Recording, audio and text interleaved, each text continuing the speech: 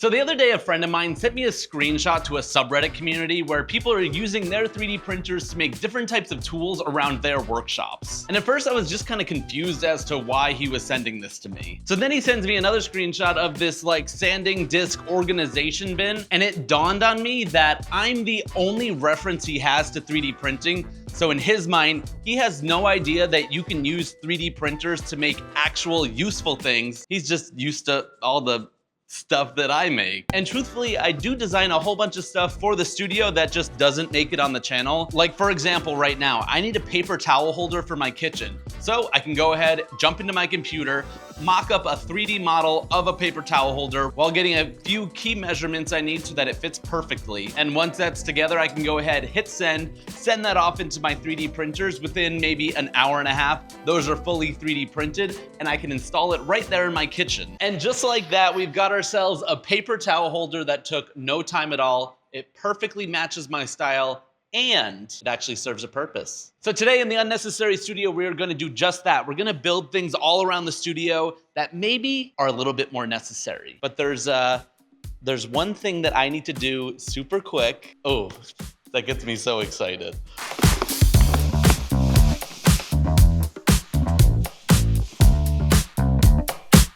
This video is sponsored by Bamboo Lab, and they sent me over 4 of their brand new H2D 3D printers. So we gotta get these set up, put them to the test, and build out our necessary inventions. I'll tell you about the printers a little later on once they're set up.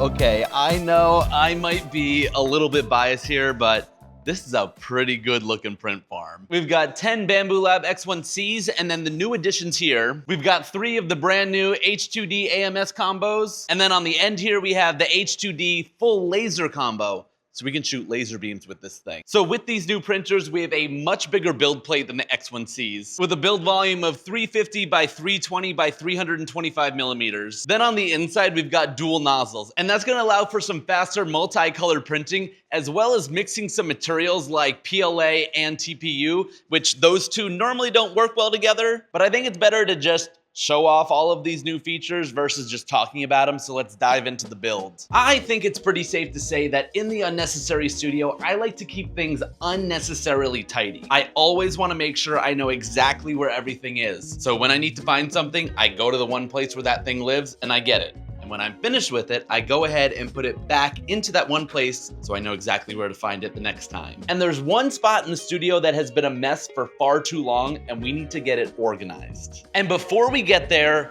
we need to have no judgment. And this is not judgment about the mess, because I get comments like this all the time whenever I show this area of the studio. I'm a Ryobi boy. Deal with it. I probably use one of these different tools maybe like once or twice a week. So I've never gone insane buying all the top tier tools. These work perfectly fine. So I don't want anyone commenting down below, you gotta get rid of the Ryobi tools. Not only am I not going to get rid of them, Jesus, we are going to organize this pile of beautiful tools. So the basis of this project is going to be built on these oversized pegboards I have, and they use the IKEA Scadis design for the pegs. And the one nice thing about designing the parts for the tools is that for the most part, it should be pretty much one size fits all. And that's because all of the batteries are exactly the same across them. So if I go ahead and redesign that battery, that can be our mounting bracket that we use that works across all of the different tools. So I got my very first roll of filament loaded up in one of the brand new printers, and I got that test print going. I was gonna set up my camera to do a time lapse, but I decided to check out how the in-camera time lapse system works on these new printers. I was pretty happy with it, and I was also super happy with how that first print came out. So if this all went to plan, this little battery adapter should fit perfectly into the bottom of here. And it's like a glove. That thing ain't going anywhere. And that will definitely work perfectly for attaching to the pegboard. And I should just have to add a little bit more beefiness to this base and then a back plate that'll attach to here. And then it'll be like tool, tool, tool, tool, tool, tool, and we should be organized. So back in Fusion 360, we should be able to beef out all of these different sides here so that it gives it a little bit more stability. And then we can add the back base plate that goes up from there that's gonna attach to the pegboard. And I did measure the distance horizontally and vertically of all those different pegs, so that way I can go ahead and easily add it into here until we have the final piece. She's looking good.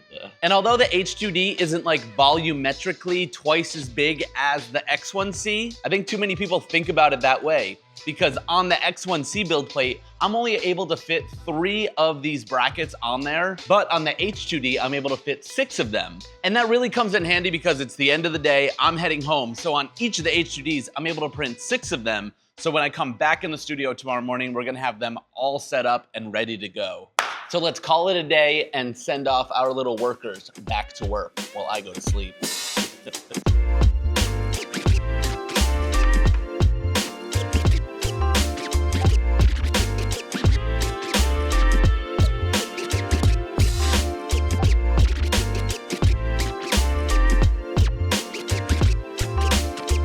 It's a new day in the studio.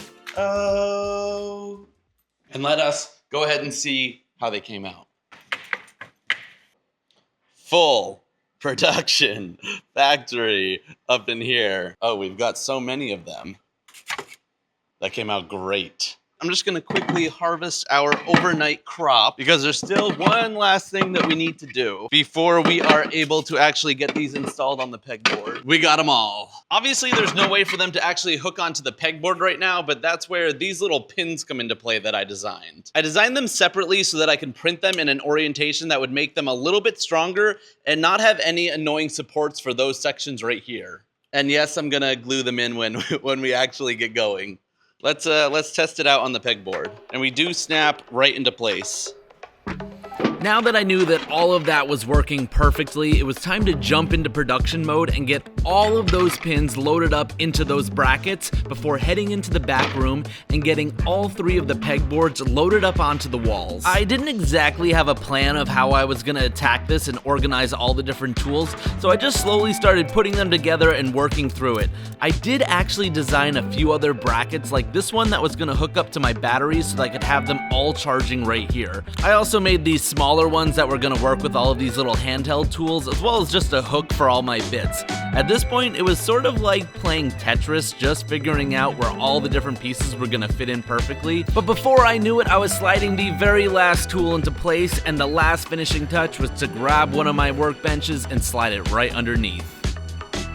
Beautifully, necessarily, perfectly organized. I love it. This is like literally exactly what I wanted this to look like. This setup is so much better than what we were working with over on those metal shelves with just everything piled on top of each other. Oh, and the final finishing touch was using the cutting module on the H2D, and I was able to cut out some vinyl stickers, and that way I was gonna have labels for all the different tools because they're in their exact places that fit perfectly on the board. So now they'll always go to the exact same position I put them in the first place. And now let's move on to the next one. I've got a confession to make. I spend a lot of time at the Unnecessary Studio. So much so that I've been using this clock here to track how many days I actually spend inside the studio in this one calendar year. It's called the Everyday Calendar from Simone Yetch and her product company, Yetch Studios. And so essentially every single day that I show up to the studio, I go ahead and I hit that date and it lights up. And I am on a pretty long streak of consecutive days here in the studio, but I do try to limit how much time I'm actually in here to have like a decent work-life balance. And while this calendar gives me a visual representation of the entire year, what if I had a similar method for showing a visual representation of the day so that once I kind of hit a certain point of the day, it's kind of a nice little reminder that I should be heading home. Here's what we're gonna need for the guts of the project to bring this to life. Man, this shit is messing with my...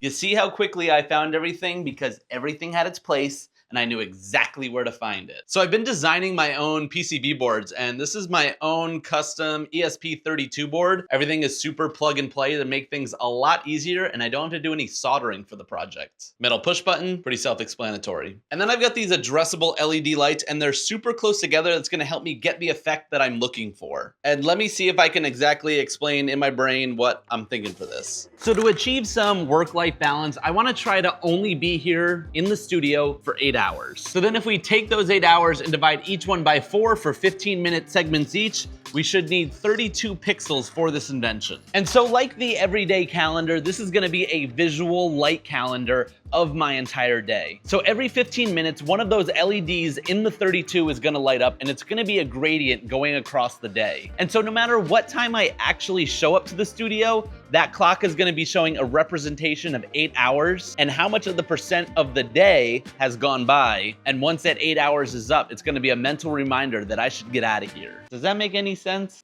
In my head it does. I'm sure you'll get it later on. So I went ahead and carefully counted out 32 of those LEDs so I could cut off all the excess ones that I wasn't gonna need. I got the button and the LEDs plugged in, and when I gave it some power, I realized that there must have been another project on this board because the LEDs did already light up. And so we need to get the proper programming loaded onto this board, and luckily I've trained my ChatGPT to know exactly how my development board operates. So I told him I had 32 LEDs plugged in as well as a button, and I wanted it to make a nice gradient from green, from yellow to red across all of the LEDs when I push that button. And in no time flat, it gave me all of the code that I could just go ahead, copy and paste into Arduino IDE. And now when I push the button, it does that gradient across the entire LED strip just like I wanted. So now I just had to change the code a little bit, and I just wanted to test out the animation. So when I push the button, there would be an interval that would light up each LED one by one. Okay, so this should hopefully explain things a little more. I push the button, and the LEDs slowly start to turn on. Right now I only have them set to a 1-second interval to just test it out, but in reality it's gonna be 15 minutes between each LED lighting up. And so as I'm approaching the end of the day, the gradient is gonna be turning red, and that means it's time to go home. And so at any point I can glance down at this clock and have a visual representation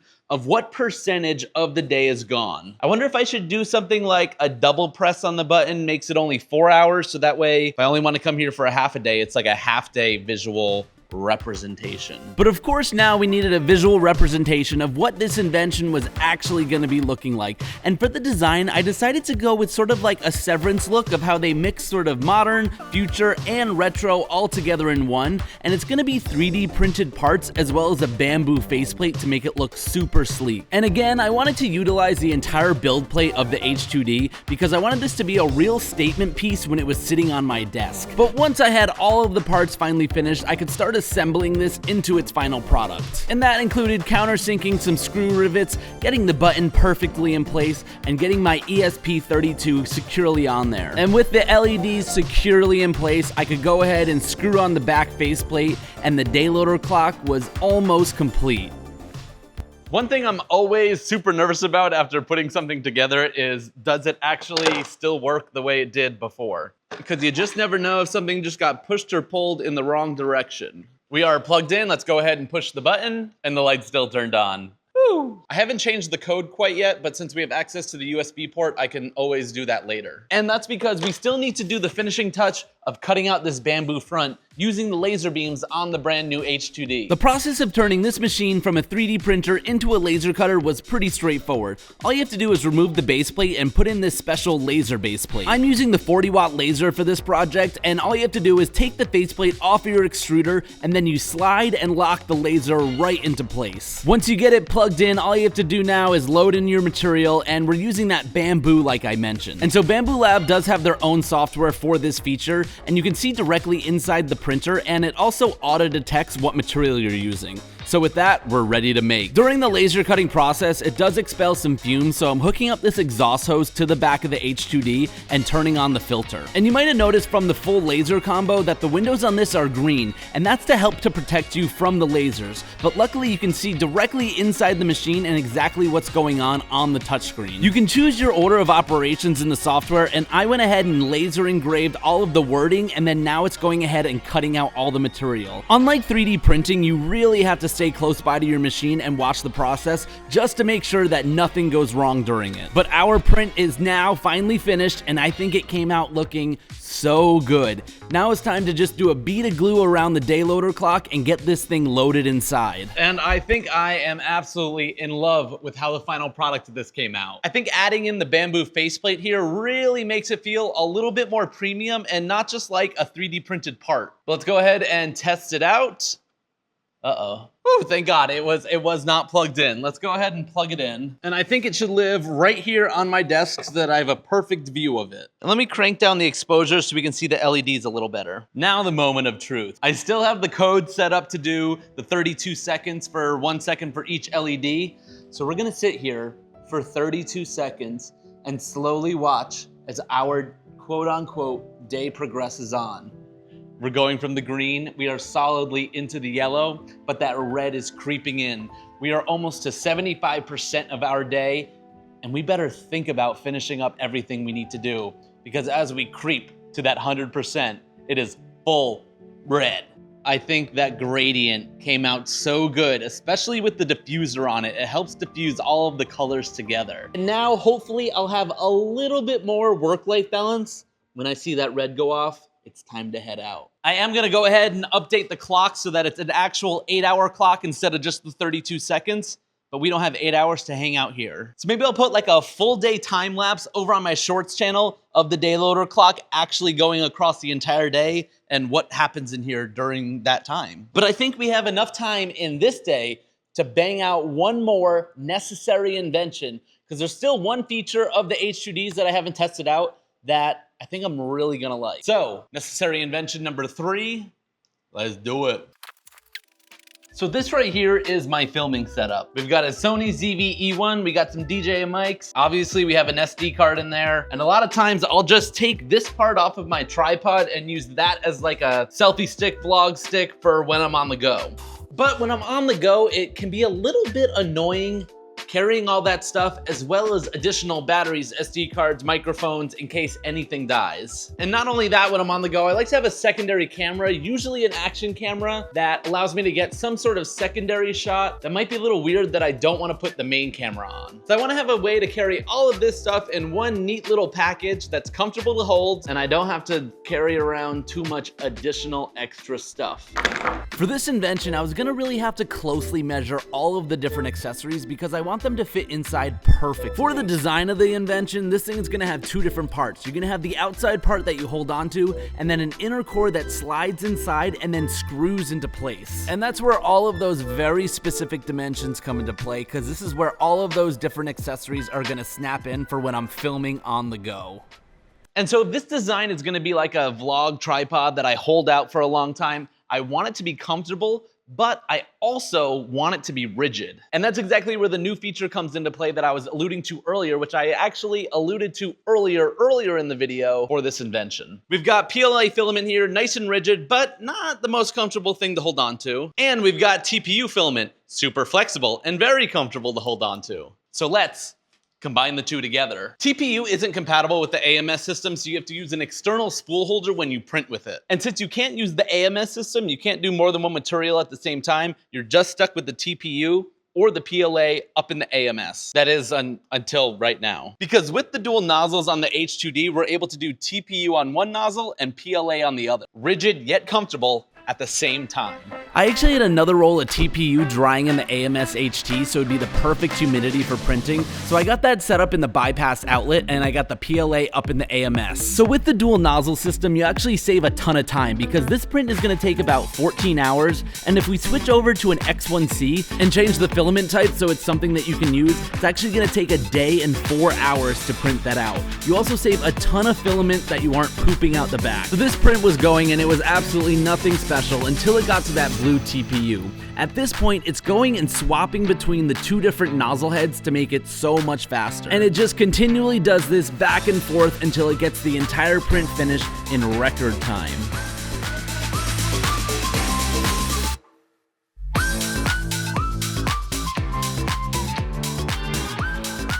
And let us see how the final product came out. We've got the squishiness of TPU and the hardness of PLA. I'm sure there's ow, that actually kind of hurt. I'm sure there's a lot of other techniques that I could use this for. And one nice thing about printing them all together is that I didn't need any supports along this top ridge. Because if I printed them separately and then combined them, I would have had to do supports all across there. And yes, I did print the inner core as well. That wasn't the star of the show here, but these two parts, they should screw together nicely to make our little tripod. It's definitely pretty beefy, but it definitely holds everything that I could possibly need. And another nice thing is that I'll be able to just put it down somewhere and it's beefy enough that it's just gonna stand there. But let's go ahead and get this thing fully loaded up because I'm actually leaving for a trip tomorrow, and this could be my one travel companion.